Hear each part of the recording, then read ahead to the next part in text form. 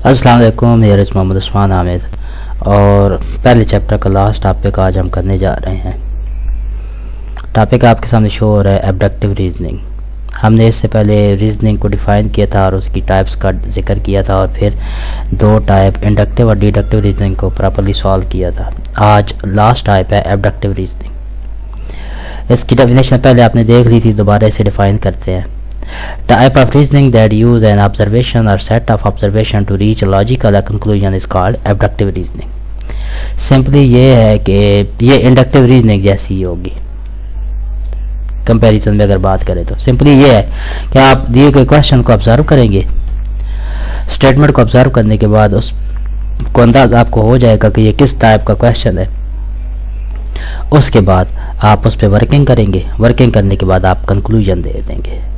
तो ये सारा अमल जो है ये एब्डक्टिव रीजनिंग कहलाता है। तो इसके अंदर अगर हम स्टेप्स की बात करें तो पहला स्टेप ये है कि आप दिए गए पैटर्न या फिनोमेना को ऑब्जर्व करेंगे। उसके बाद पॉसिबल एक्सप्लेनेशन को आइडेंटिफाई करके उन पे वर्किंग करेंगे।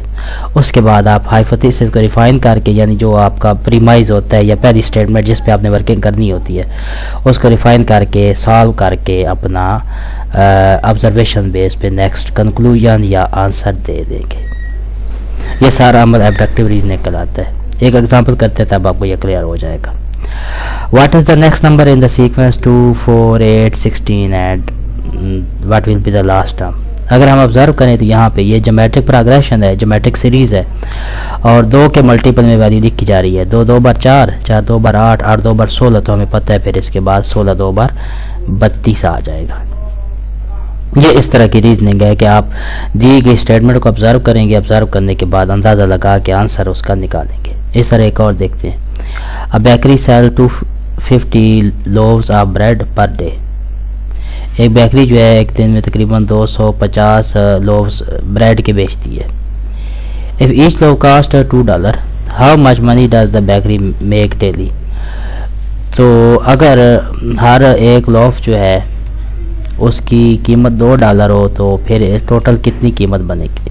ऑब्वियसली हम 250 को 2 से ज़रब देंगे, मल्टीप्लाई करेंगे तो 250 का जो 2 गुना 2 के मल्टीपल में ये $500 बन जाएगा।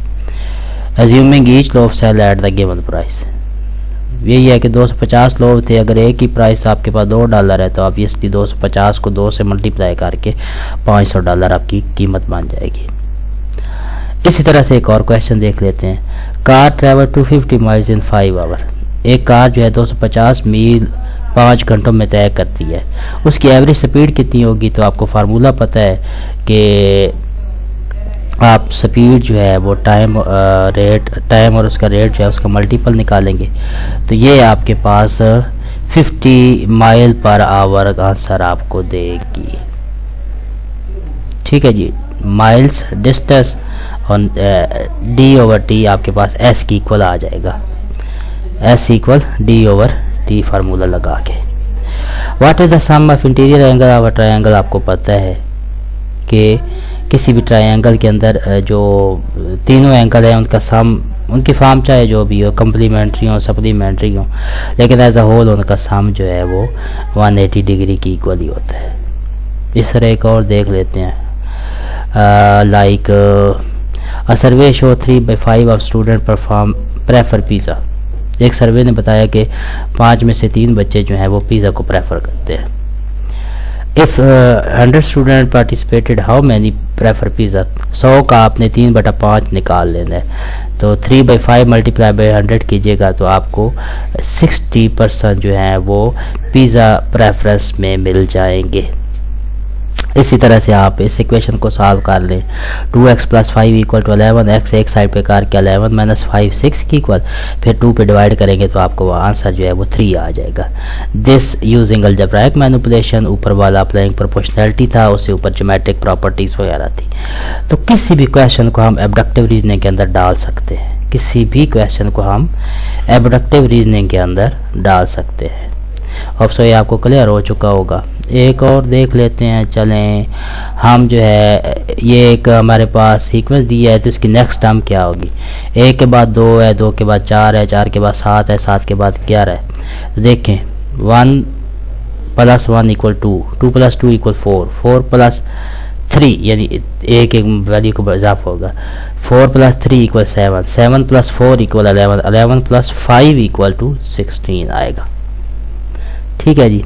इस तरह ये क्वाड्रेटिक इक्वेशन है, आप क्वाड्रेटिक फार्मूला लगा के इसे सॉल्व कर सकते हैं। x इक्वल -6 आ जाएगा, x इक्वल टू, तो कोई भी क्वेश्चन जो है उसे आप एज एन ऑब्जेक्टिव रीजनिंग के सॉल्यूशन के ले सकते हैं। अब सो ये आपको क्लियर हो चुका होगा, बाकी थ्योरी है फिर वो आप पढ़ लीजिएगा। इसके बाद मैंने एक्सरसाइज दी थी तो ये भी आप लोगों ने सॉल्व करनी है। अब हम नेक्स्ट जो है अपना मेन जो अक्सर यूनिवर्सिटीज़ में टॉपिक है, जो आउटलाइन है, उसको लेके सॉल्व करेंगे। ये है लॉजिक एंड इट एप्लीकेशन, एक काफ़ी कह लें कि वेस्ट आपका चैप्टर है, काफ़ी कुछ चीज़ें हम इसके अंदर पढ़ेंगे इंशाल्लाह। ये फिर नेक्स्ट लेक्चर के अंदर डिस्कस करेंगे।